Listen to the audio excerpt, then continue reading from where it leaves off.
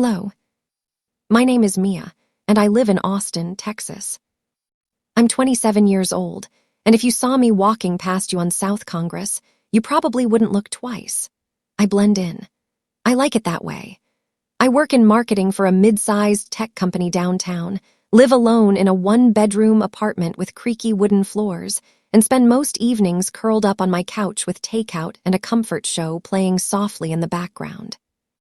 My life isn't glamorous, but it's mine. Birthdays have never been a big thing for me. Not because of trauma or bad memories. I just don't enjoy being the center of attention. I don't need balloons, banners, or 30 people singing to me while I awkwardly smile and wait for it to end. For me, the perfect birthday is simple. Dinner with 1 or 2 people who actually know me. A long walk. A movie. Quiet. That preference didn't come out of nowhere. It was shaped slowly, over years of growing up in a house where louder always meant better, at least to my older sister Maya. Maya is 31, married, confident, and unapologetically bold. Growing up, she was the kind of girl teachers loved and classmates followed. She had opinions about everything and never hesitated to share them. If something was happening in the family, Maya was involved, usually leading it. I was the opposite. I learned early that being quiet meant being overlooked, and being overlooked meant being safe. Maya and I weren't enemies. Not exactly, but we were never equals either. She planned, I adjusted, she decided, I adapted. Even now, as adults, that dynamic still existed, just dressed up in nicer words. 2 weeks before my birthday, something felt wrong. It started with a text from Maya while I was at work. "Hey, are you free this Saturday?" I told her yes, probably. I didn't think much of it. Then she asked again 2 days later. Then again the following weekend. Every time I asked why, she dodged the question, laughed, changed the subject. Eventually, I called her while standing in my kitchen, barefoot on cold tile, rinsing a coffee mug. "Maya," I said carefully, "you're acting weird." She laughed. "You're paranoid." "I just want to be clear," I added. "I don't want a party, please don't plan anything." There was a pause. Then, "God, you're so boring, Emily. One day you'll thank me for forcing you to have fun." Something about the way she said it made my stomach tighten. At the time, I ignored that feeling. I shouldn't have. When people talk about my ex, they usually start with the same sentence. He was such a nice guy. And on paper, he really was. His name was Daniel. We met almost 3 years ago at a friend's 4th of July barbecue in Zilker Park. He was charming in that effortless way, not loud, not showy. He listened when I spoke, asked questions, remembered small things. After years of dating men who talked at me instead of to me, that felt refreshing. Daniel fit easily into my life. He came to family dinners. He showed up for birthdays, holidays, casual Sundays at my parents' place in the suburbs. My mom adored him. My dad respected him. And Maya, she practically claimed him as her own. "That's the kind of man you marry," she told me once, sipping wine across the kitchen island. "Don't mess this up." At first, I didn't see the cracks, or maybe I didn't want to. Daniel wasn't cruel. He wasn't explosive. But over time, I started shrinking inside the relationship. He had a way of making decisions for us without asking me. What restaurant we'd go to, which friends we'd see, when we'd leave events. Slowly, subtly, my preferences became inconveniences. If I spoke up, he'd smile and say, "You're overthinking it." And when Maya backed him up, which she often did, I doubted myself even more. The breakup didn't happen all at once. It was a slow unraveling. It happened in small moments, like the night I told him I felt overwhelmed at work, and he responded by listing all the ways he had it harder. Or the time I said I needed space, and he showed up at my apartment anyway because he knew better. The final argument happened on a Tuesday night in my living room, rain hitting the windows, pizza going cold on the coffee table. I told him I felt unseen. He told me I was being dramatic. That word again. When I said I needed time apart, He laughed, actually laughed, and said, "You'll come back, you always do." Something in me snapped. I told him to leave. And this time I meant it. The aftermath was brutal. Daniel didn't yell. He didn't beg. Instead, he told everyone his version of the story, the calm, reasonable one. That he was confused. That he was worried about me. That he didn't know what went wrong. People believed him. Maya especially. She called me the day after the breakup. "You're making a mistake," she said. "Relationships take work. You don't just walk away because you're uncomfortable." I tried to explain about the pressure, the way I felt erased. She sighed. "You always do this, Emily. You sabotage good things." That was the moment I stopped explaining myself to her. In the weeks after the breakup, I made my boundaries clear. No contact. No updates. No surprise encounters. I needed time to breathe, to remember who I was before I bent myself into something smaller to keep the peace. Maya nodded when I told her this, but I don't think she ever intended to respect it. Because in her mind, Daniel wasn't my ex. He was family. And families, according to Maya, don't let go even when someone asks them to. If you asked Maya, she would tell you she's just a helper. The kind of person who steps in when others are too emotional to make the right decisions. The kind of sister who means well, even if her methods are a little aggressive. Growing up, Maya had a natural authority that everyone seemed to accept without question. At family gatherings, she planned the seating. During holidays, she decided the menu. When conflicts happened, she spoke first and loudest. And people listened. I learned early that disagreeing with Maya wasn't worth the energy. She didn't shout. She didn't threaten. She just reframed your feelings until you weren't sure they were valid anymore. "You're reading too much into it. You're too sensitive. You always take things the wrong way." So I stopped pushing back. After my breakup with Daniel, Maya became invested. She checked in more often, asked how I was doing, but the concern always felt slightly tilted, less about my healing, more about whether I was over it yet. One night, we were sitting on my parents' back porch, cicadas buzzing in the heat. She brought him up casually, like she was mentioning the weather. "He's having a hard time," she said. "He misses you." I remember staring into my drink, feeling my jaw tighten.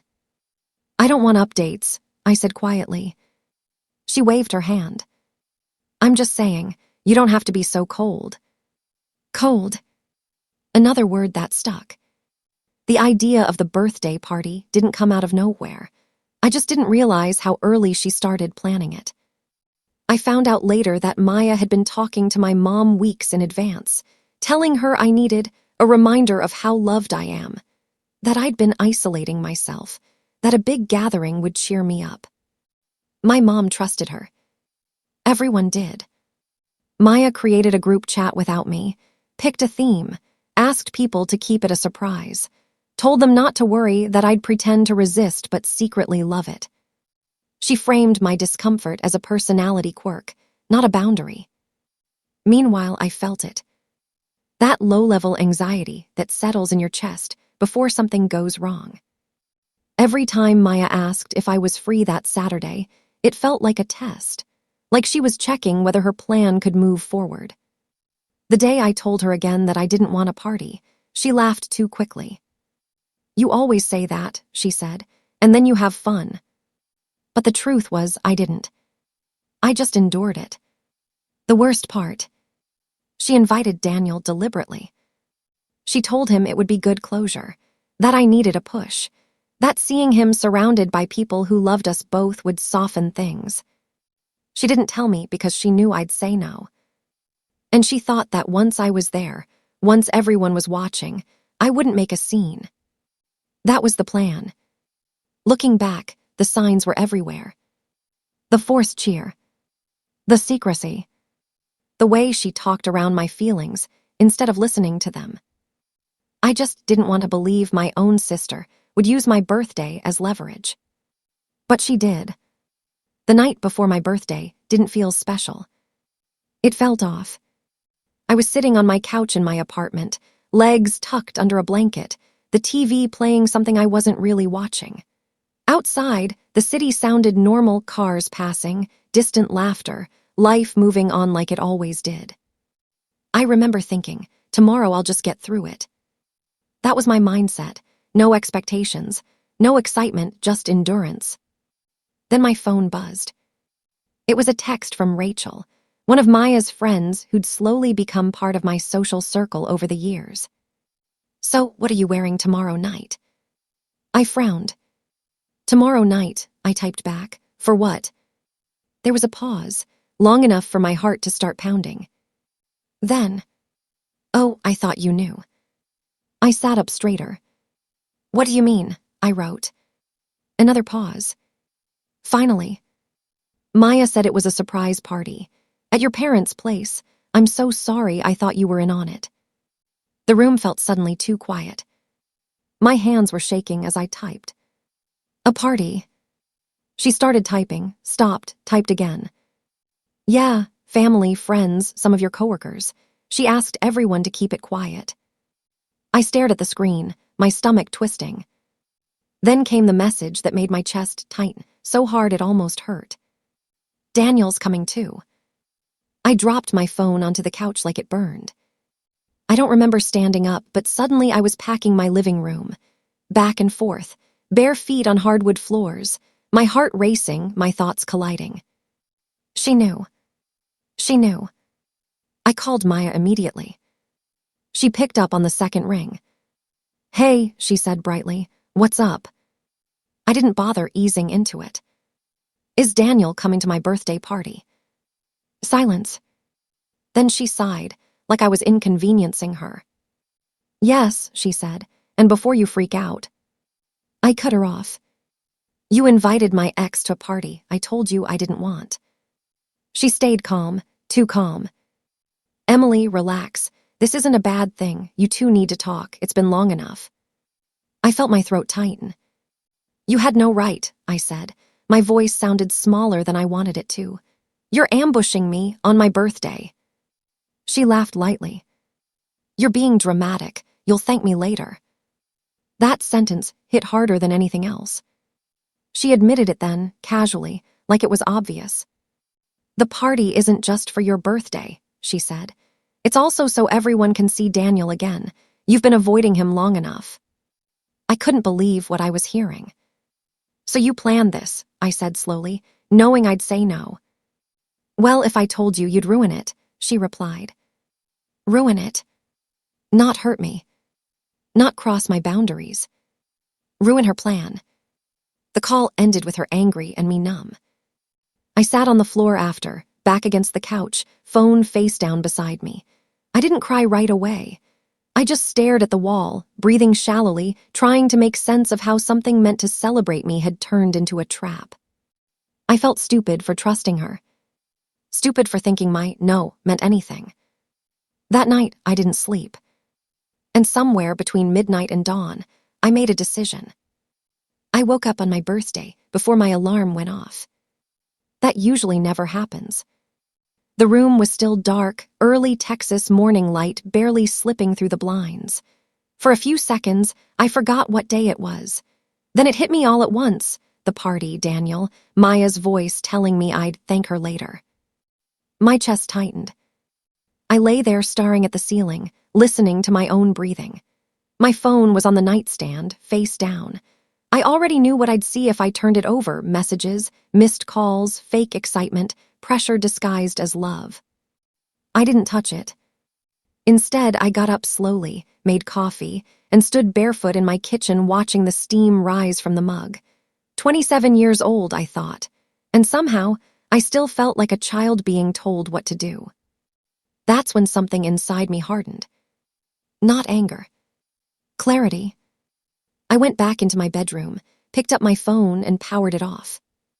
The silence afterward felt unreal. No buzzing, no expectations, just me. I texted Lena from my laptop. "Can we hang out today? I don't want to be alone." She replied almost instantly. "Say less, I'll be there in 20. Lena was my best friend since college. She never questioned my feelings, never tried to reframe them. When I told her everything, the party, the ex, Maya, she didn't say maybe she meant well. She said, "That's messed up." That validation alone almost made me cry. We went to a small cafe near Lady Bird Lake, the kind with mismatched chairs and chalkboard menus. The barista wished me happy birthday. It was simple, normal, exactly what I wanted.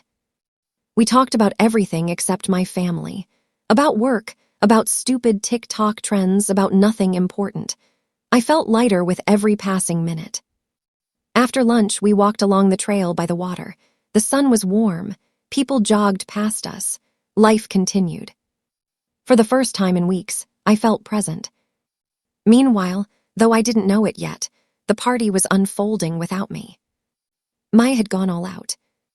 Balloons in my favorite colors, a banner with my name spelled wrong at first, then fixed, a cake she'd custom ordered. People started arriving around noon, gifts in hand, smiles ready. And then, confusion. Where is she? Isn't this supposed to be a surprise? Did she say she was coming later? Maya laughed it off at first, said I was probably getting ready, said I was always late. But time passed. Daniel arrived. He brought flowers. He asked where I was. Back at my apartment, I didn't know any of this. I was curled up on my couch later that afternoon, watching a movie with Lena, my head resting against the armrest, feeling calm. I remember thinking, this is what peace feels like. That thought scared me, because it meant I hadn't felt it in a long time. As the hours passed, Maya's mood shifted. She started calling my phone, straight to voicemail, over and over. She asked my parents if they'd heard from me. She texted Lena, who didn't reply. People started whispering. Some were annoyed, some were worried, some were uncomfortable. And Daniel, he waited. He sat on the couch where I used to sit during family gatherings. He made small talk.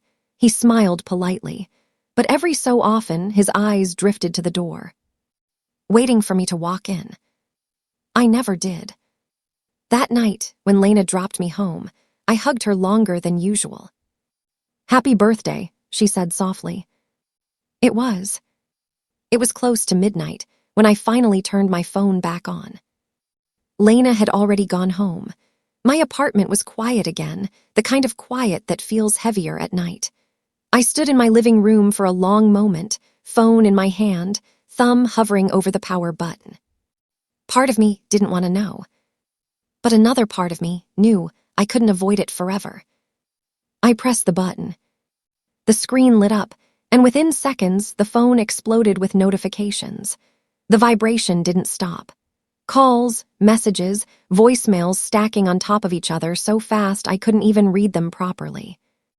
My chest tightened. I sat down on the couch and started scrolling. Missed calls from Maya. Texts from my mom. Group chat notifications I didn't recognize. Messages from cousins I barely spoke to anymore. The first voicemail I listened to was from Maya. Her voice was sharp, controlled, furious. "Where the hell are you?" she snapped. "Do you have any idea what you've done? People are asking questions. You need to call me now." I deleted it without replying. The texts were worse. "Emily, people traveled for this. You embarrassed your sister. This wasn't fair. You could have at least told someone." Over and over again, the same theme, not "Are you okay?" Not "Why didn't you come?" but "Look at what you caused." I felt the familiar pull of guilt creeping in. That old instinct to apologize just to make the tension stop. I set the phone down. Breathed. Reminded myself. I didn't agree to this. I didn't ask for this. I didn't deserve this. My mom finally called. Her voice was quieter, tired. "Are you safe?" she asked. "Yes," I said. "I'm fine." She hesitated. "Maya's really upset." Of course she was. "She says you ruined the party," my mom continued carefully. "She planned everything out of love." I closed my eyes. "Mom," I said softly, "she invited Daniel." There was a pause. She didn't tell me that, my mom admitted. I swallowed hard. That's why I didn't go. Another silence, heavier this time. Later that night, a message came through from Daniel. I didn't know you weren't aware. I wouldn't have come if I knew. Can we talk? Seeing his name on my screen made my stomach twist. Even now, even after everything. I didn't respond. I wasn't ready to reopen something I just finally closed. Maya sent one last message before I went to sleep. You made everything about you. I hope you're happy. I stared at it for a long time. Because the truth was, I was. Not in a petty way, not out of spite. But for the first time in years, I had chosen myself, and the world didn't end. I didn't see Maya for 3 days after my birthday. Those 3 days felt longer than the entire week before it. I went to work like normal, answered emails, sat in meetings, smiled when people asked how my birthday was. I kept my answers vague, quiet, nice, low-key. No one needed the details. I barely had the energy to hold them myself. But Maya didn't disappear. She texted. She called. She left voicemails that swung wildly between anger and hurt. By the 3rd day, I knew we couldn't avoid each other forever. So when my mom asked if I could come over that Sunday to talk things out, I said yes. My parents' house looked the same as it always had. The same beige siding, the same wind chimes by the front door, the same smell of coffee and lemon cleaner inside. I'd spent most of my life learning how to be small within these walls. Maya's car was already in the driveway. Of course it was. I walked in and found her sitting at the kitchen island, arms crossed, jaw tight. She didn't look at me when I entered. My mom hovered by the sink, nervous. My dad sat quietly at the table, pretending to read something on his phone. The tension was thick enough to taste. Well, Maya said finally, eyes locking onto mine, you decided to show up. I took a breath. I came because I want to talk, I said calmly, not to fight. She laughed, sharp and humorless. That's funny, she replied, because you had no problem fighting when you skipped your own party and made me look like an idiot. There it was. We sat down across from each other. Maya went first. She always did. She talked about the money she spent, the time she invested, how people had rearranged schedules, how embarrassed she felt explaining my absence. She talked for 10 minutes straight. Not once did she ask why I didn't come. When she finally stopped, the room felt hollow. I folded my hands together to keep them from shaking. You invited my ex, I said quietly. She rolled her eyes. I invited someone who cares about you. You invited someone I explicitly said I didn't want to see. That was temporary, she shot back. You can't avoid people forever. I wasn't avoiding, I said. I was healing. She scoffed. You're always healing, Emily. At some point you have to grow up. That sentence hit deeper than she knew. I felt something shift in me then. Not anger. Resolve. I told you I didn't want a party, I said. You ignored me. I told you I wanted no contact with Daniel. You ignored me. You planned something for me without my consent and expected me to be grateful. She leaned forward. Because you don't know what's good for you, she snapped. Someone has to step in. The room went silent. My dad looked up from his phone. My mom's face tightened. I stared at Maya, realizing something painful and freeing all at once. She didn't see me as an adult. She saw me as a problem to manage. You don't get to decide my life, I said, my voice steady despite the knot in my chest. Not my relationships, not my boundaries, not my birthday. Maya's eyes filled with tears, but they weren't soft ones. So now I'm the villain, she demanded, after everything I've done for you. I shook my head. No, but you crossed a line, and instead of apologizing, you're blaming me for reacting. She stood up abruptly, chair scraping against the floor. You humiliated me, she said. You could have just shown up, smiled, stayed an hour. An hour. That's all my peace was worth to her. I'm done sacrificing myself to keep you comfortable, I said. The words surprised even me. My mom inhaled sharply. Maya stared at me like she didn't recognize me. Don't be dramatic, she said quietly. I stood too. This is the first time I'm not being dramatic. I left shortly after. No hugs, no resolution, just space. As I drove home, hands tight on the steering wheel, my chest ached, but underneath it was something unfamiliar. Relief.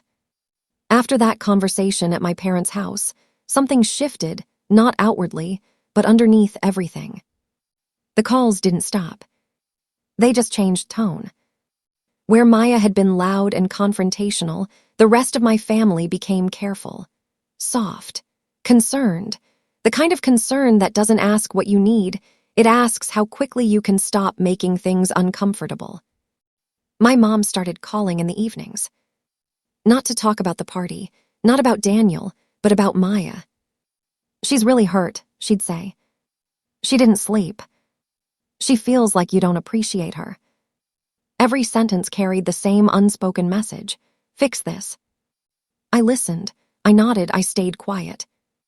Old habits die hard. My dad tried a different approach. One night, he asked me out to dinner, just the two of us. A small Mexican place we'd gone to since I was a kid. Same cracked booths, same laminated menus. He waited until we'd ordered before saying anything. Your sister has a strong personality, he said carefully. You know that. I nodded. She means well, he continued. Sometimes it's easier to just let things go. There it was. The family motto. I stared down at my glass of water and felt that familiar shrinking sensation in my chest. Why is it always me who has to let things go? I asked quietly. He didn't have an answer. Even friends got involved. Mutual friends, distant relatives, people who had heard a version of the story, Maya's version. They'd say things like, she was just trying to help. It was your birthday, you should have expected something. You know how she is. As if her behavior was a law of nature I was supposed to adapt to. No one asked how it felt to be blindsided. No one asked how it felt to see my ex's name pop up unexpectedly. No one asked why my no wasn't enough. Daniel texted again. Short, polite. I don't want to cause issues between you and your family. I just wanted to clear the air. That message sat in my inbox for hours. I almost replied. Almost. Then I remembered how small I felt at the end of our relationship. How often I'd explained myself only to be told I was overreacting. I didn't owe him closure. I owed myself peace. Maya stopped yelling. That scared me more. She sent long messages instead, emotional ones, about how she'd always looked out for me, how she felt pushed away, how she didn't recognize me anymore. You've changed, she wrote. I miss the old you. The old me. The quiet one. The compliant one. The one who absorbed discomfort so others didn't have to. I stared at my phone, tears burning my eyes, and finally understood why this hurt so much. Because standing up for myself meant disappointing everyone who benefited from my silence. I started pulling back. Not dramatically, not with announcements. Just distance. I answered fewer calls, took longer to respond, declined invitations. I spent more time alone, not lonely, just learning how it felt to exist without constant explanation. And slowly, something strange happened. The guilt got quieter. Distance doesn't announce itself. It happens quietly, in unanswered calls, shorter replies, plans that never quite come together. That's how it started with me and my family, with Maya. At first, the space felt wrong, like I was doing something cruel just by protecting myself. Years of conditioning don't disappear overnight. Every time I ignored a call, my chest tightened. Every time I chose not to respond immediately, guilt crept in. But I didn't go backward. Instead, I started noticing what the quiet gave me. I slept better. Not perfectly, but deeper. My mornings felt slower. I stopped waking up with that constant sense of anticipation, like I was always bracing for someone else's expectations. I began walking after work again, something I'd stopped doing during my relationship with Daniel because he didn't like going out just to walk.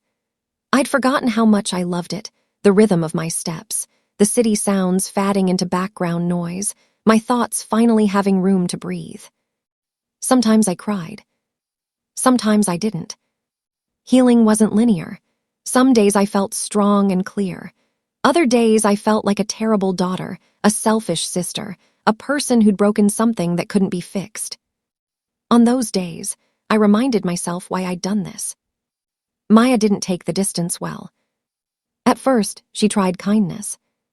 She sent articles about sister bonds, tagged me in throwback photos, left voice notes that started with laughter and ended with sighs. Then she tried guilt again. I don't even know how to talk to you anymore. I feel like I'm walking on eggshells. I'm scared I'm losing you. Every message framed her pain as the emergency, and mine as the inconvenience. I didn't respond. Not because I didn't care, but because I finally understood something crucial. If I answered every emotional pull, I'd never finish pulling myself back together. One evening, Lena came over with takeout and wine. We sat cross-legged on my living room floor, cartons spread between us. "You seem different," she said. I thought about it. "Lighter," I replied, "but also sad." She nodded. "Both can be true." That sentence stayed with me. Daniel faded quietly out of my life. No dramatic goodbye, no closure talk, just time doing what time does best, dulling the edges until his name no longer made my stomach drop. I realized I wasn't angry with him anymore. I was grateful. Grateful the relationship ended before I lost myself completely. Grateful I'd learned what it felt like to be unheard, so I'd never accept it again. The real shift came one afternoon when my mom called. Her voice was softer than usual. "Maya's struggling," she said. "She doesn't understand why you've pulled away." I held the phone between my shoulder and ear, staring out my window at the street below.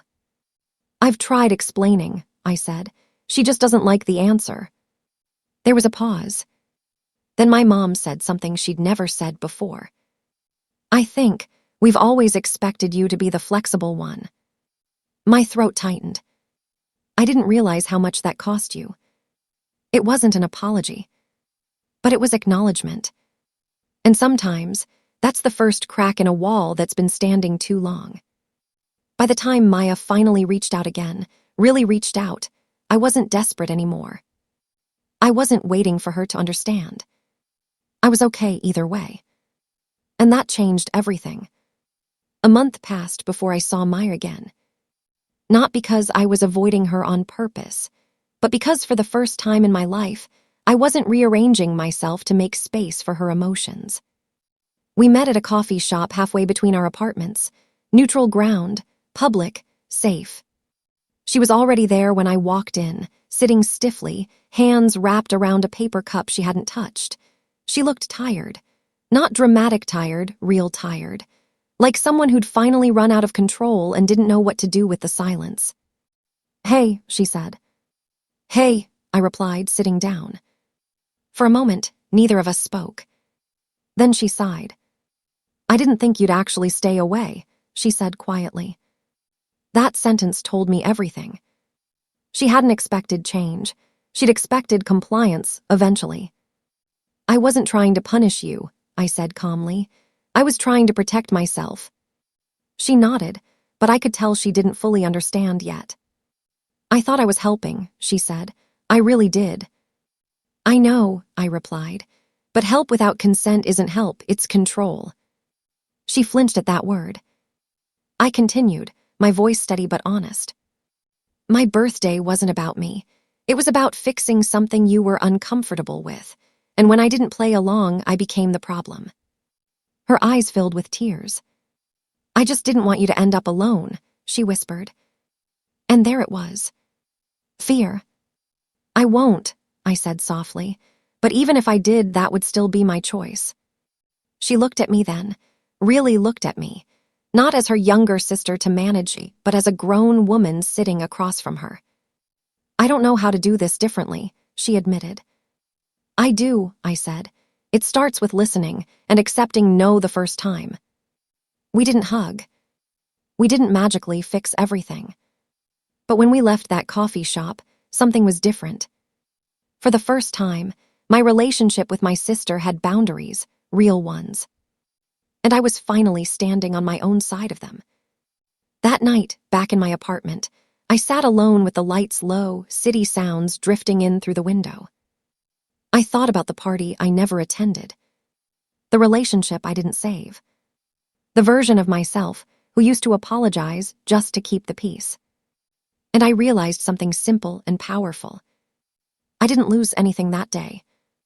I gained myself. Sometimes the hardest part of growing up isn't learning how to love others, it's learning how to stop abandoning yourself. I didn't ruin a party. I refused to be ambushed into a life that wasn't mine anymore. And for the first time, that choice felt right. If this story resonated with you, please hit the like button. It really helps the channel grow. Subscribe for more real-life inspired stories where boundaries are tested, silence is broken, and people finally choose themselves. Turn on the notification bell, because the next story might feel a little too familiar. Thank you for listening. And remember, choosing yourself doesn't make you selfish. It makes you free.